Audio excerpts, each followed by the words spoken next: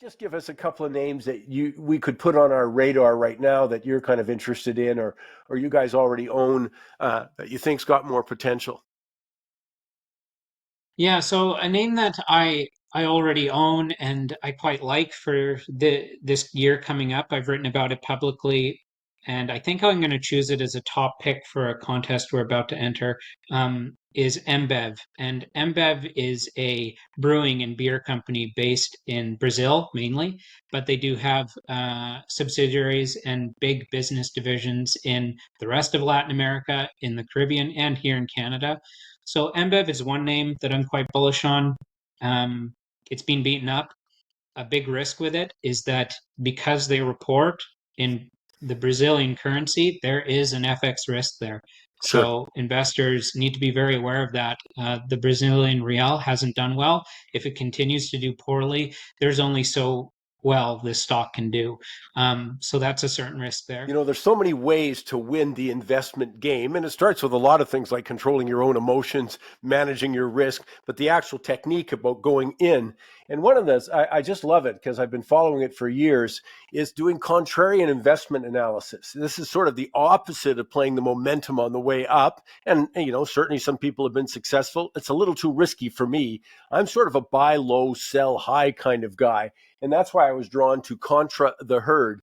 And by the way, I'll just tell you that Herd is Heard, Contra the Herd. We've been visiting with them for a number of years, and I'm pleased to welcome to the show Philip MacKellar, who's the general manager of the whole shindig there. You might remember the number of times we've had Benj Galander on. Philip, thanks so much for finding time for us. Thank you for having me.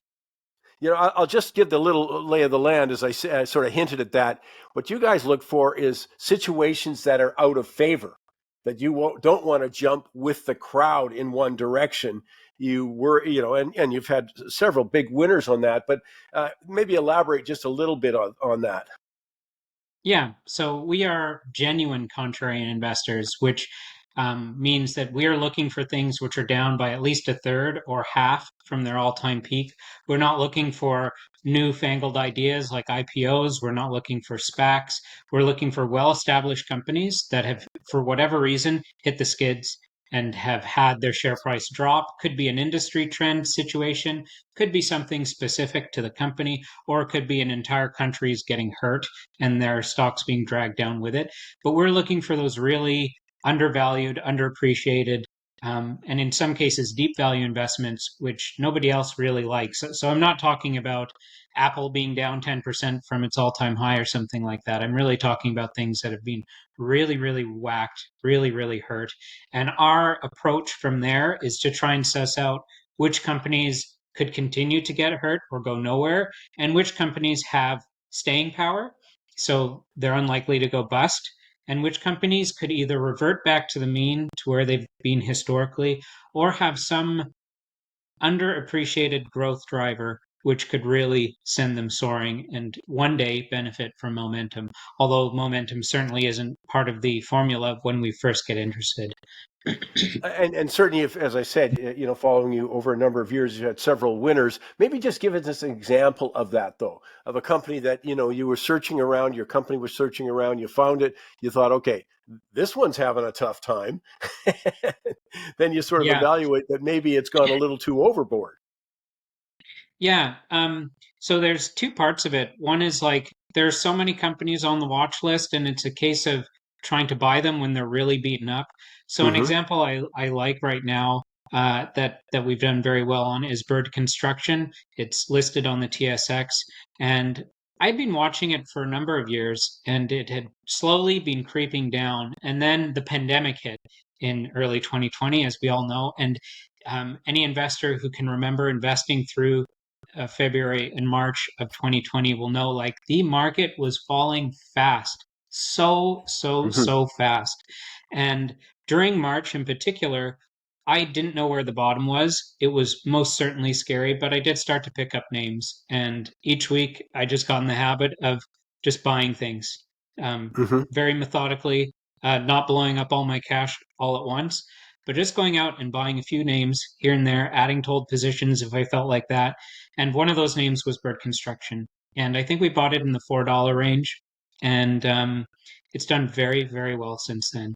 So we've sold it in chunks over the past year or so, and it's a company that was one of those underappreciated companies that I thought could A, stay in the game, had a good balance sheet, B, regress back to the mean, and then when they purchased a competitor called Stuart Olson, they purchased that competitor at incredibly low prices. It was basically a bankruptcy. It was so close to that I, for all intents and purposes, call it a bankruptcy purchase. And that was a huge growth driver. It significantly increased their business, and it cost them very little to do so. And that combination of attributes has meant that Bird Construction's done very well for us. And that's an example of how contrarian investing can work when it goes well. Let me ask you on the sell side there, as you said, you started to piece out. You did well with it. You sort of started to piece out things. Same kind of metrics. You're just looking and you're going, okay, well, that was really undervalued. Maybe we're getting way closer plus fair value, if you know what I mean. On the upside of that, is that how you do it? And I love the idea of Yes. not, one of the things I try and encourage myself and investors is don't do all or none stuff. You don't have to sit there and wait for the best price, and I've certainly made that mistake, in my investing career. But yeah, so I really like the idea of piecing out or piecing in. Yeah, I do too. One thing I've noticed and I've failed at with the past is occasionally I've had an excellent company which I've purchased at say $5, and then it's Hmm. gone to $25, and I've sold all of it or a significant portion of it, but then it's gone on these absolutely incredible chairs afterwards, and I wish I had been holding on to more. So my attempt to address this deficiency of mine is to sell in chunks. So Yes. to sell over time, recover my initial stake, which is always good. That way, you've put all the money you put out, you've got it back, and then from there on, selling in chunks, selling over time, and letting the momentum run while also being conscious of the fact that the higher this runs, the higher the valuations will get. So, trying to do that. And bird construction is a very good example of that. I have the numbers here. So, we bought it at $4.70. And then we started selling at 14, then 17, then 26, then 31. Um, and that now today it's a little lower than that, but that really helped in this case, spacing out those trades. It really helped. I thought it was a really good win at $14, but it's more than doubled since then. So Hmm. that's the kind of thing I try to be very conscious of now, and it's been a hard learned lesson because there have been a few companies that I sold far too soon. Let's talk about the markets today and the kind of environment you're finding yourself in. Um, I guess one of the things that, of course, we've got the all stars, that have been rushing ahead, and we know the Mhm. names, the big tech stocks. But beyond that, what kind of a market is for you searching? I mean, I would assume you don't mind a down market if you're looking for quality stuff, but it's an up market. But what's the quality you see out there? Yeah, it's certainly a challenge. You're right that it's good to have a down market to find those quality things at a good price. I certainly like that, and I do quite enjoy a good washout, a good bear market, Mhm. something to shake things up. I really quite enjoy those. 2020 was awful on the health front, but March of 2020, when I was buying those companies, that felt very comfortable um, for me. Although it was also scary. It's just like no one else is doing this, so it must Yeah. be the right thing to do. Um, yeah, today I would characterize the environment as quite different from that. It certainly isn't beaten up at all. There have been a lot of tech stocks which have done well. We've found a lot of opportunities on the selling side of things and fewer on the buying side of things this year, and we've been taking quite a bit of profit. My guess is that our cash balance at the end of this year will be higher than it was at the end of last year. We're about to go into tax loss selling season where we will buy some companies or top up existing positions. Again, it's a contrary strategy. I mean, because a lot of people will be doing it, those beaten up names will be getting even more beaten up, and we'll try and take advantage of that. Um, But yeah, long story short, my guess is that the cash balance at the end of this year will be higher than it was at the beginning of this year. And that is just an example uh, of the fact that it is a seller's market and it's been a very good year for stocks, but it means that opportunities are much harder to find.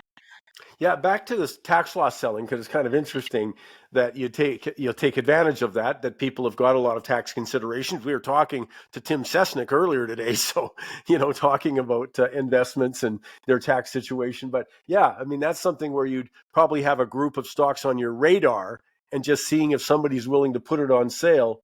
For their own personal financial reasons, not that they don't like the company necessarily, but they've got some other considerations.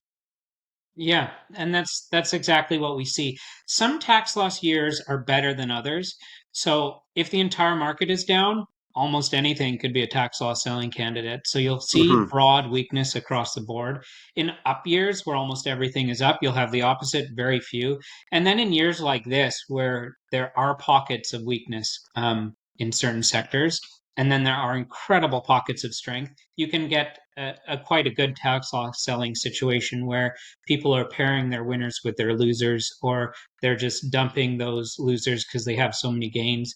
And um, I don't know if I'm fully anticipating that this year, but it is in my mind, and I'm starting to see evidence of that now that we're in December. Some of those companies on our watch list, which are already down, say 30 to 40% year to date, they're starting to get whacked, or they might have a day where they really, really dip and then they rebound in the Hmm. afternoon and they come out okay, or maybe just down 1%.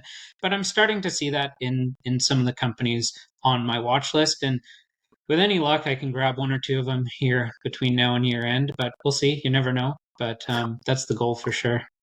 But one of the areas you guys did well in, and I'm going back a couple of years, is when gold was so out of favor. And obviously we've had, yeah, it's backed off a little bit, but we've had a big bull run. But and silver too, by the way, because I know you guys did Pan American Silver and did extremely Yes. well. But yeah, it's kind of interesting. What do you sort of see in that marketplace right now? When you look at the stocks, do you sort of have this broad, I'll wait a bit, I got to get more value there, or what do you think of it? Well, I've certainly taken some profits there, kind of what we were talking about earlier with bird construction, selling in chunks. I've been doing that this year with gold. I started Mhm. trimming some gold positions in the first half of the year, and that's continued throughout the year into the back half. So I still own, I think, all the gold names that I started the year with, but the Mm. percentage I own in them is a fair bit smaller.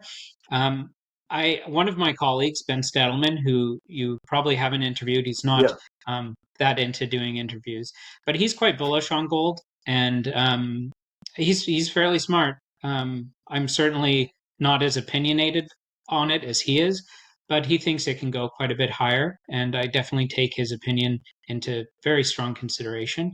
And then Benj, I don't actually know. He hasn't really said either way what he thinks of where gold is going. Yeah. Um, but I think that gold should do well. The U.S. dollar did certainly strengthen there after Trump was elected, and gold took a hit. And I guess we'll see what happens in the year ahead. Gold thrives on uncertainty. It thrives on conflict, and this year has been, in the past few years, really have been full of conflict, which is awful for humanitarian reasons. Yes. The issues in Ukraine and Israel and the Middle East are awful, um, and unfortunately, that's when gold does really really well. And I don't know where those conflicts go. I know Trump wants to resolve them very quickly. Uh, I think it's quite hard to do that um, as you'd want. There's just so many moving pieces in a Yeah. situation like that. So um, yeah, gold could continue to do quite well as a result. Let's finish with just give us a couple of names that we could put on our radar right now that you're kind of interested in, or you guys already own that you think's got more potential. Yeah, so a name that I already own and I quite like for this year coming up. I've written about it publicly and I think I'm going to choose it as a top pick for a contest we're about to enter, is Embev. And Embev is a brewing and beer company based in Brazil mainly, but they do have subsidiaries and big business divisions in the rest of Latin America, in the Caribbean, and here in Canada. So Embev is one name that I'm quite bullish on. Um, it's been beaten up. A big risk with it is that because they report in the Brazilian currency, there is an FX risk there. Sure. So investors need to be very aware of that. The Brazilian real hasn't done well. If it continues to do poorly, there's only so well this stock can do. So that's a certain risk there. And another company that I also think I'm going to kind of put forward as a topic for next year is a company called Neo Performance Materials. And it's a Toronto listed company, based here in Canada.